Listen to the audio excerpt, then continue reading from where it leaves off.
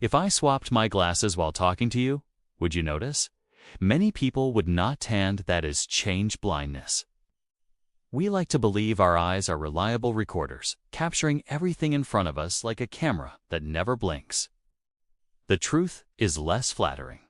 Perception is selective, attention is limited, and the brain takes shortcuts.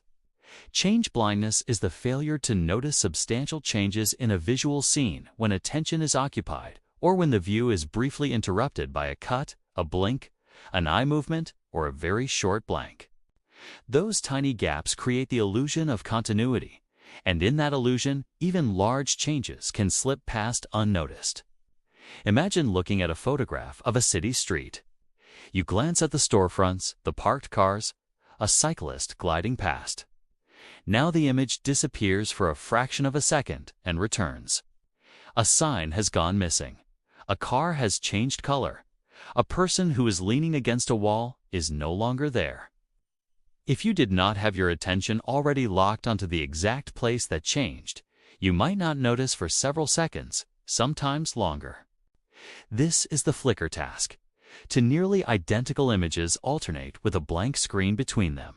The blank removes the motion cues your visual system relies on to detect change. Without those cues, your attention must be directed to the right spot at the right moment to catch the difference. If your attention is elsewhere, the change simply does not register. Now, step out of the lab and onto a crowded sidewalk. Stranger asks you for directions.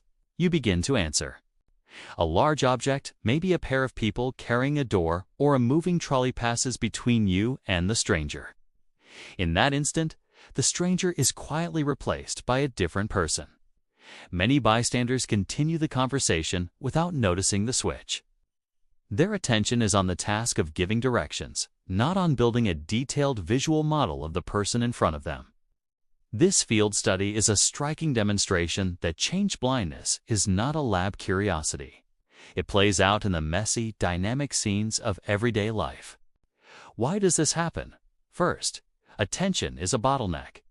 The world contains far more detail than the brain can process in real time, so the visual system prioritizes. It selects a few objects or regions for detailed analysis and leaves the rest at a coarse level. When a brief disruption occurs in eye movement, a blink, a cut between camera angles, your brain assumes the world is stable, unless there is a compelling signal that something important has changed. This assumption of continuity is efficient most of the time, but it opens the door for missed changes. Second, changes that do not alter the overall gist of the scene are easy to miss. If the street remains a street, the office remains an office, the kitchen remains a kitchen, then swapping a mug, moving a chair, or changing a shirt color can slip by unnoticed. Your brain cares first about the scene's meaning and goals. Who is talking? Where is the traffic coming from? What action should I take? And only later about peripheral details. Third, what you are trying to do shapes what you see. If your goal is to follow dialogue in a film, you attend to faces and words, not to the continuity of props in the background. If your goal is to find a street on a map, you focus on street names and landmarks, not on whether the person asking for help has different hair. The task filters your perception. This has real consequences. In films and television, continuity errors can jump out to attentive fans. But most viewers never notice because attention is glued to the actors and the story. In driving, a brief glance at a phone or a quick look at the GPS can create the perfect interruption for change blindness. A dashboard light illuminates and disappears. A cyclist emerges from behind a parked van. A traffic light flips from green to yellow. The change occurs, but because your attention was occupied and the view was momentarily disrupted. The change does not register until it is too late. In workplaces, rapidly updating dashboards, alert floods, or fast-moving events can lead to missed warnings. In emergency rooms, monitors beep and numbers update while staff juggle multiple tasks. Without deliberate scanning habits, important changes can be overlooked.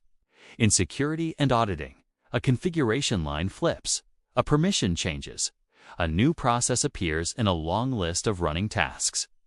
If the observer is focused on a different part of the system, that change can slide by. It is also useful to separate change blindness from a related phenomenon: inattentional blindness. In inattentional blindness, something obvious can appear right in front of you and go unseen because your attention is directed elsewhere. In change blindness, something that was present changes or disappears across a brief disruption, and the change goes unnoticed. Both reveal the same core principle: attention gates awareness. So what helps you detect changes?